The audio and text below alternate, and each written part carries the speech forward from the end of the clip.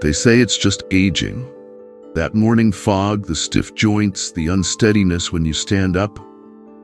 Just part of getting older, they say. But what if that's a lie we've quietly agreed to? What if those little discomforts aren't just signs of age, but gentle alarms from a body that's been trying to whisper something we've forgotten how to hear? This morning, we're going to listen. Welcome, dear friends, to another episode from our channel, Buddhist Wisdom for the Elderly, where we explore the spiritual and scientific truths that help us age, not just with grace, but with awareness, curiosity, and maybe even a little laughter. Now, before we go further, let me share something that still catches in my throat when I speak it. Helen, 73, lighthearted, full of love, passionate about her garden and her grandkids, passed away at 6:37 a.m. one quiet Wednesday. Not from illness, not from an accident, but from something so ordinary it flew under the radar of worry. A single morning habit. Something she had done every day for years. And I'll be honest, it hurts, because it reminds us how fragile this life is, and how often we rush through its most sacred parts, like mornings, as if they're just something to get through. But Buddhist teachings remind us, each morning we are born again. What we do today is what matters most. So no, we don't agree with the idea that this is just aging, that decline is our destiny, or that disconnection from our bodies is the natural way. We believe every morning is a chance to return to ourselves, and we believe it's never too late to tune in, slow down, and shift. In today's video, we'll explore 6 everyday morning habits that may be quietly doing harm, and you might be making them without even knowing it. Each is backed by science, wrapped in Buddhist wisdom, and paired with a gentle, practical solution to help your body and spirit feel more at ease. And part number 4? That one's a game changer. It could help unlock clearer thinking, better digestion, and even steadier blood flow, just by rethinking what you drink before anything else touches your lips. So stay with us.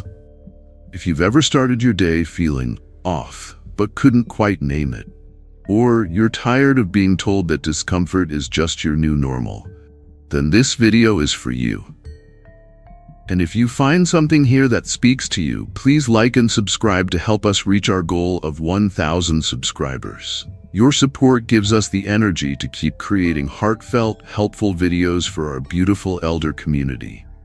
Let's begin with kindness, with awareness, and with the wisdom that each new morning offers us another sacred chance. 1.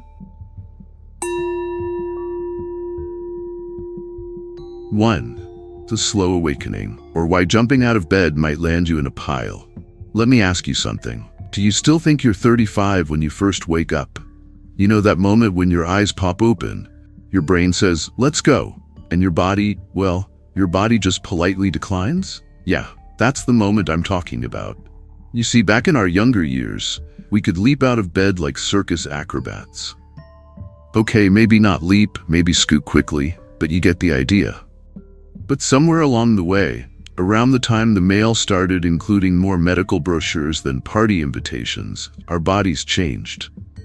Now here's a fun term for your next dinner party. Orthostatic hypotension. Sounds fancy, right? It's what happens when you shoot up from bed too fast and your blood hasn't quite gotten the memo. It's like, hey brain, we were enjoying our nap. What's the rush? And the next thing you know, the world tilts sideways and you're hugging the carpet. Let me tell you about Frankie, a lovely soul I once met at a retreat in New Mexico.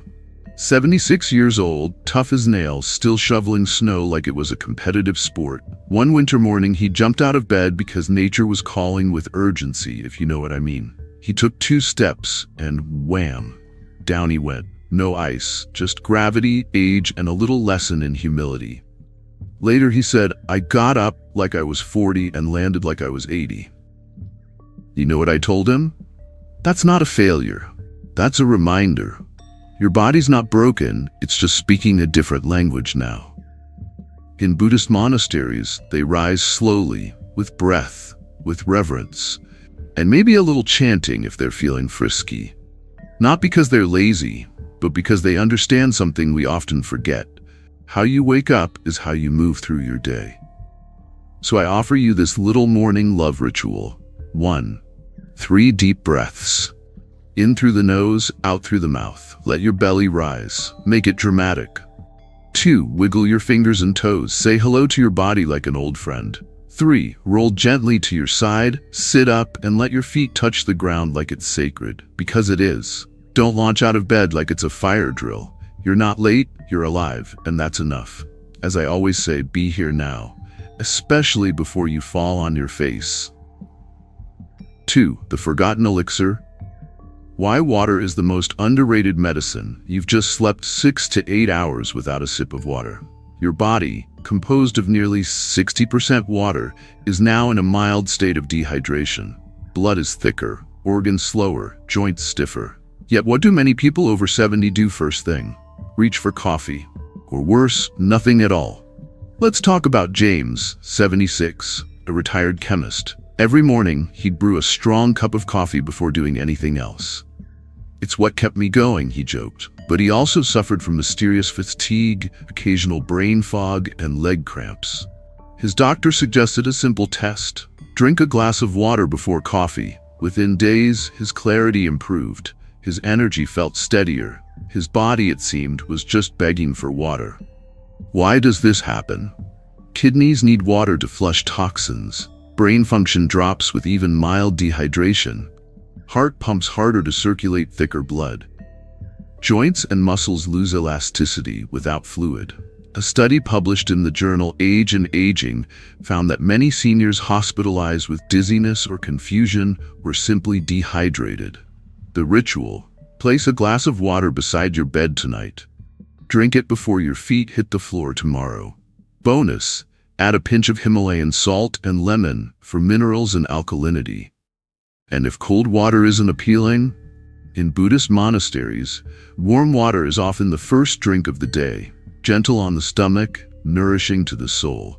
As Pema Chodron reminds us, the most fundamental aggression to ourselves is to remain ignorant of what nourishes us. Water is not just hydration, it's a gesture of self-respect. 3. Coffee before food, or how I learned to stop worshiping the bean and feed myself first. Now don't get me wrong, I love coffee. I love it the way you love an old friend who occasionally wrecks your car. It's warm, it smells like heaven, and it makes you believe, for about 45 minutes, that you can take on the world. But here's the thing no one tells you. Coffee has a dark side, especially if you invite it in before you've had anything to eat. And especially, let's be honest, after the age when you start calling your knees by name. See? First thing in the morning, your body is already a little wired. Cortisol, that cheeky little stress hormone, is peaking. Your stomach is empty, your blood sugar is low, and your digestive system is still blinking like, why are we awake? Then coffee crashes the party, kicks the door in, and yells, let's go. Let me tell you about Lillian. She's 75, sharp as a tack, with the kind of southern charm that makes you feel like you're being hugged by a peach cobbler. Every morning, she'd cradle her mug and watch the birds like they were old pen pals. But behind that peaceful scene, she was feeling off, jittery, nauseous, exhausted by 10 a.m. She said to me, I thought it was just part of getting old, like the mail coming earlier and my pants getting higher.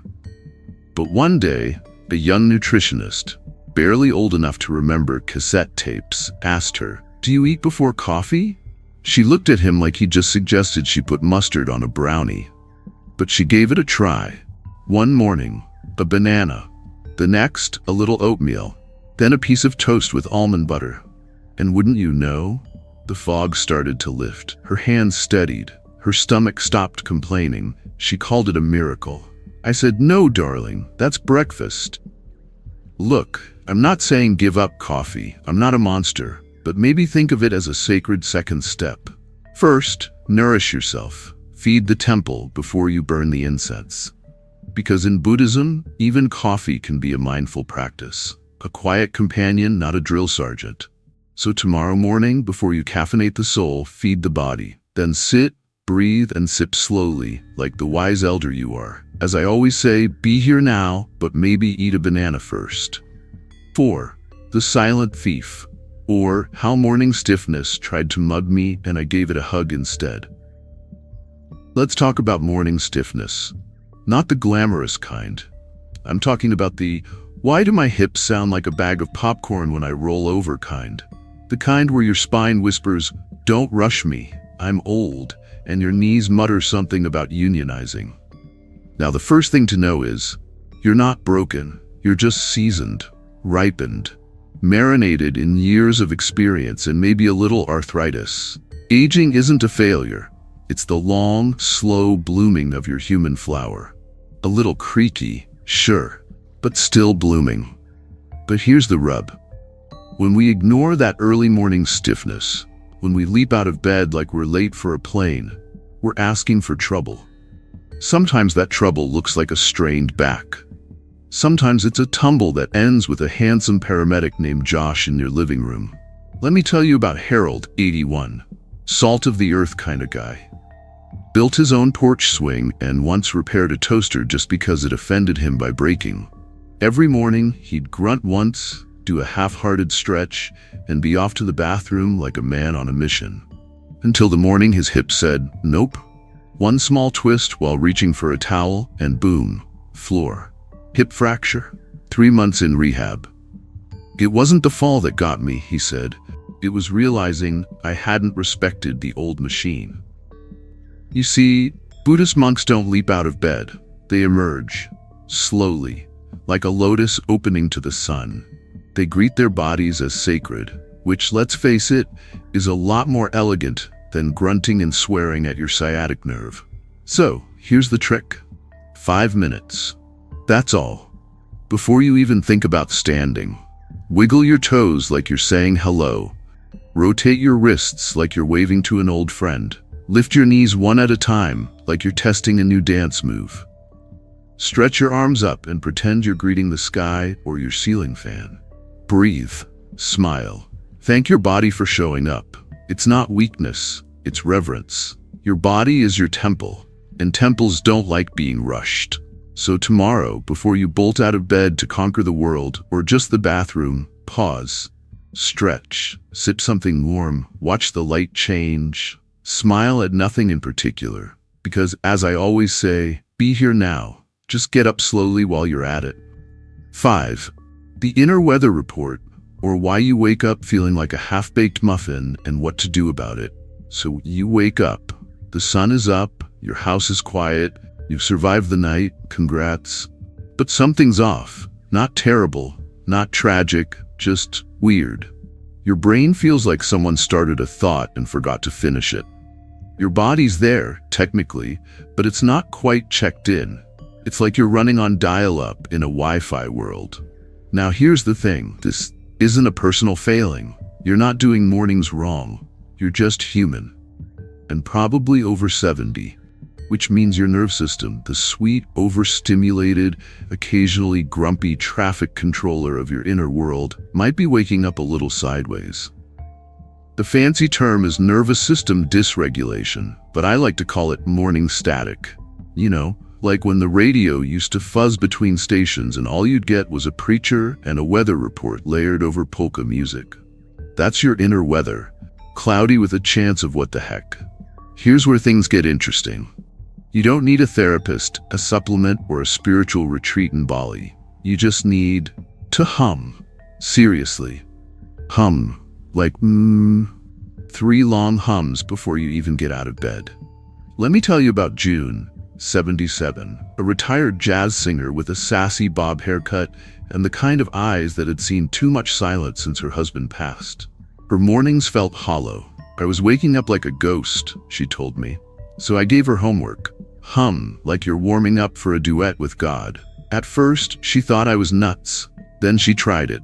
3 hums, 1 deep breath, a tiny smile. After a few days, she said, I still miss him, but I don't feel lost anymore. I feel tuned in.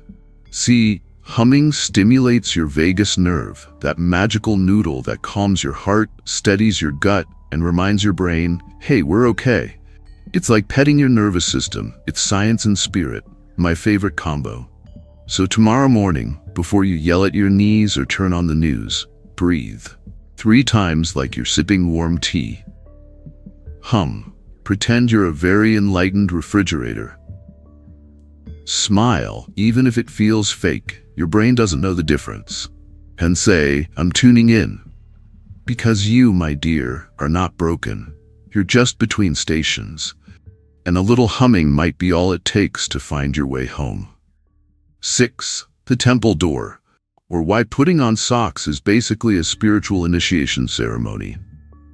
Let's talk about something nobody warned us about when we were young, invincible, and thought socks put themselves on. I'm talking about the sock struggle. You know the one. Early morning, you're perched on the edge of the bed, foot in hand like it's a rebellious toddler, trying to wrangle cotton over your heel while your hamstring says, "Buddy, I'm gonna cramp." You finally get it on, exhale like you just climbed Everest, and wonder how something so small turned into a whole existential experience. Welcome to the temple door. See, in our younger days, getting dressed was just another box to check before running out the door to go do important things.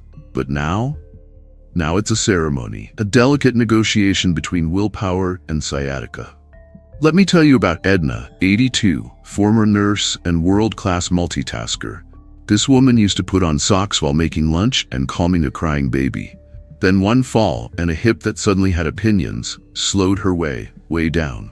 "It took me 10 minutes just to put on one sock," she said, and I cried, not because of the pain, because of the pause. But here's where it gets good.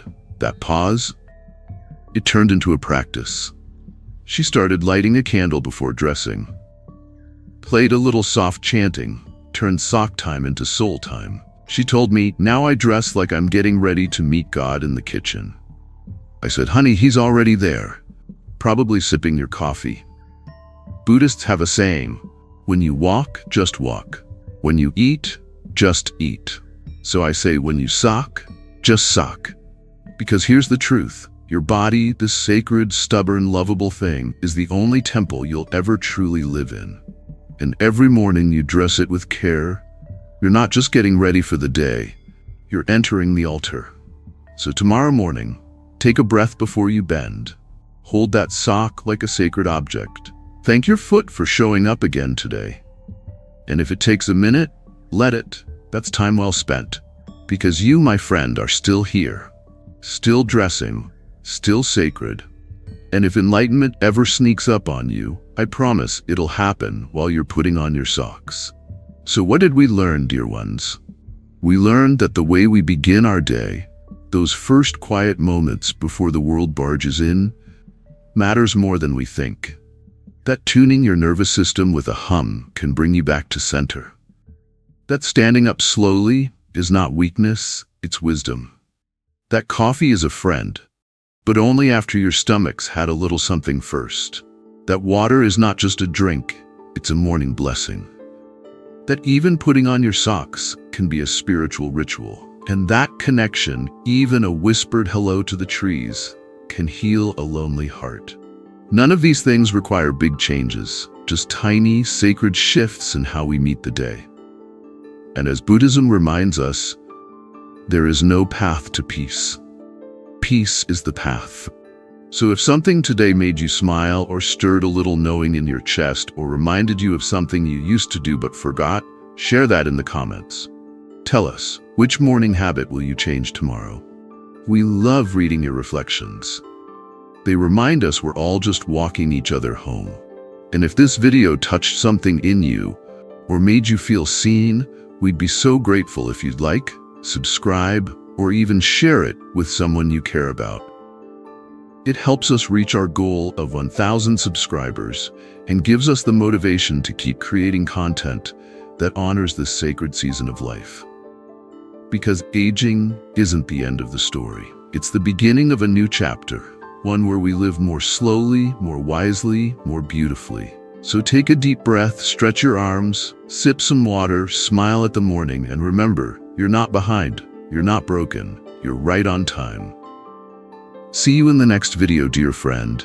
Be well, be here, and be kind to yourself. Always.